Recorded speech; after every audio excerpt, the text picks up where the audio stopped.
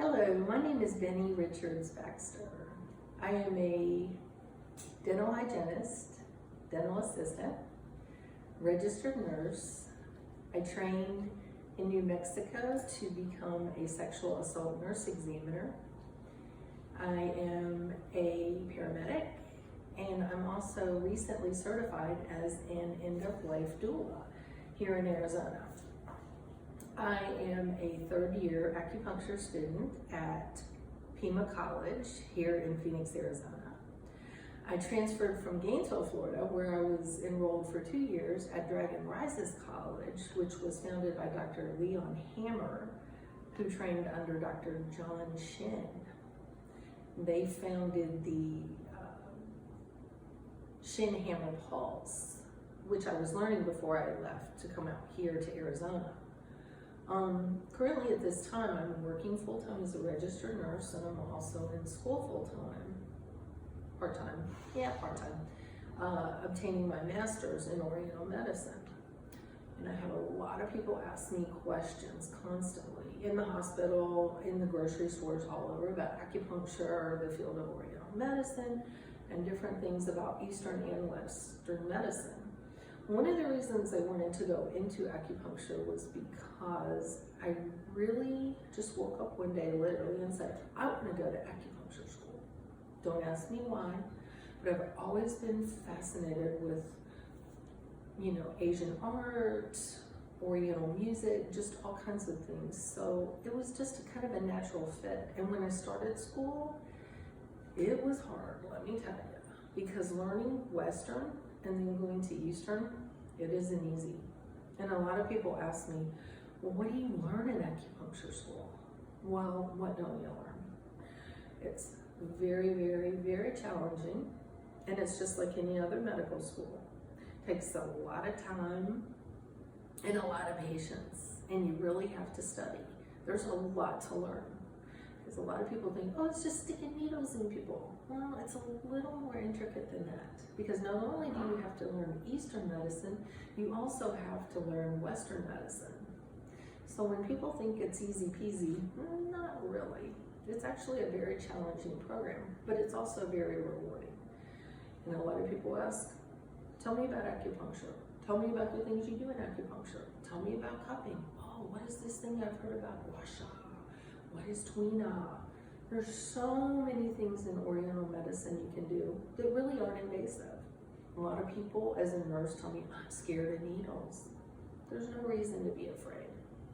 There's other things you can have done in Oriental medicine that don't involve needles. There's tons of things we can do for you. But the best thing about Oriental medicine, in my opinion, is it really is non-invasive.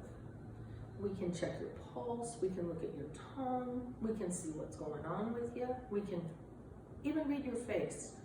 People ask me, how do you read faces? Well, let me tell you. Actually, there's a book that I learned about in Dragon Rises, written by a woman named Lillian Bridges, and it's called Face Reading in Chinese Medicine. And this book is amazing. And our teachers recommended it, and we used it, and it is wonderful. There's so much you can tell about people just by looking at them. You don't necessarily have to do a lot of invasive things sometimes to see what's going on. But another thing I like about acupuncture is it also can deal with mental, emotional things going on with people. And especially now with things in the world the way they are, a lot of people are suffering from issues with anxiety and depression. They're scared, they're grieving. There's all kinds of emotions going on right now. And a lot of times these emotions build up and they can make people feel terrible in a lot of different ways. And one of the things I love about Oriental medicine is we can use different ways to help people ease into these emotions and work through them. And I absolutely love that. And one of the reasons a lot of people ask me too about being a doula, end of life doula, or death doula. And I said, one thing I really want to do when I graduate school is I would love to incorporate the acupuncture with the end of life care. I did work as a hospice nurse for about a year in Florida, and I really enjoyed it. I know hospice isn't for everybody as far as being a nurse or working in the profession, but hospice is a wonderful organization, wonderful.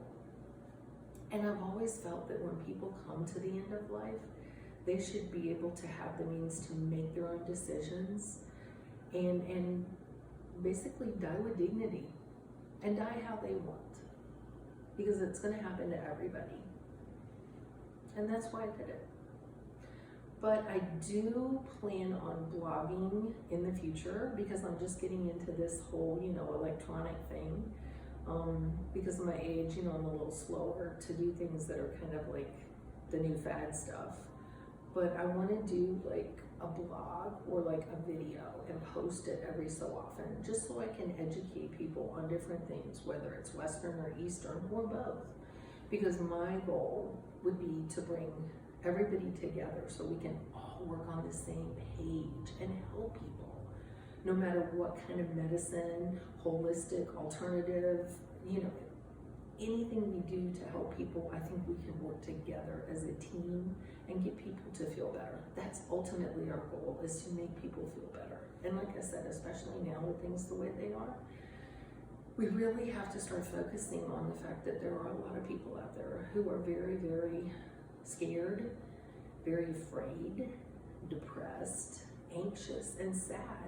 And on top of having other comorbidities, this can only make them feel worse. And dealing with patients, sometimes I talk to them and they're afraid. They're very, very afraid.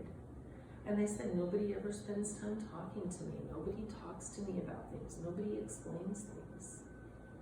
So I want us to all, as practitioners, healthcare providers, even people, just realize sometimes taking the time to sit by somebody, listening to them, just touching them. Now everybody's like social distancing. Don't touch people, wear a mask.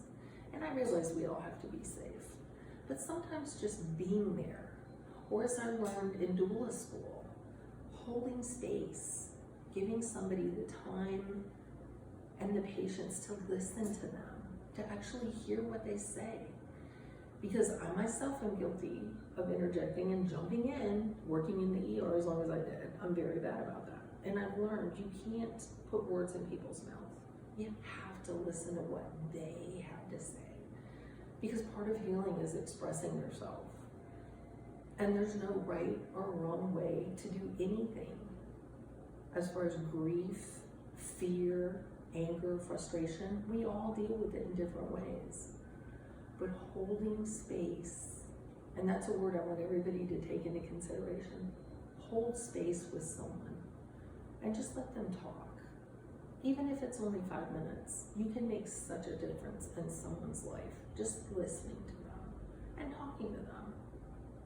And as practitioners, we often don't touch. We don't reach out and touch people. And that doesn't have to be physically, sometimes it can be emotionally. Just letting people know we're there for them, no matter what kind of medicine we practice. I think it's very important that we treat everybody with kindness and dignity, no matter what stage of life they're in. Because, the world's changing, and we, as part of practitioners, whether it's Eastern or Western, we need to start looking at the dynamics and just look at the whole picture. But bottom line, Florence Nightingale and all the others who paved the way for us, Dr. Shin, Dr. Hammer, all the doctors that I've followed and the nurses that I look up to, they all do the same thing. They want to help people and they want them to get better. And ultimately, we as caregivers, we have to take care of ourselves. We have to make sure that we hold space for ourselves and keep ourselves grounded and take time every day to do something nice for ourselves. Even if it's just making yourself a cup of coffee and sitting down for 5 minutes, meditating, using guided imagery, just listening to music. Music is my therapy. And if you know me at work, I play music. I play all kinds of music, 80s, 70s, hip hop, you name it, just to keep the mood up. Music actually can set the mood for so many things. As you see, I'm diffusing essential oils. I use doTERRA oils. I've been a wellness advocate for 5 years.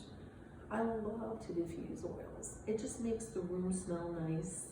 And you can also use them for a variety of other things. End of life care, starting to incorporate essential oils into the, hospice care. There's so many cool things out there to explore that are holistic, non-invasive, and don't cost a lot of money. And just little things you can do for other people. Make them something to eat. Call them on the phone. Hey, how are you today? You doing okay? Nothing in the world makes me happier than to get a text message from somebody who said, hey, I was thinking about you today. I hope you're doing okay. You know what? That right there makes my whole day 100% better. I know we get wrapped up in ourselves. I do, believe me. Sometimes I do too. I get frustrated and angry and I'm like, why is everything the way it is? But just take that breath. Get that chi moving. And just, think about you. Think about yourself. And take care of you. But also think about other people as well. I hope you enjoyed my little impromptu talk. Follow me on YouTube. I go by The Dental RN. And once again, my name is Bennie Baxter. And I hope to see you in the future.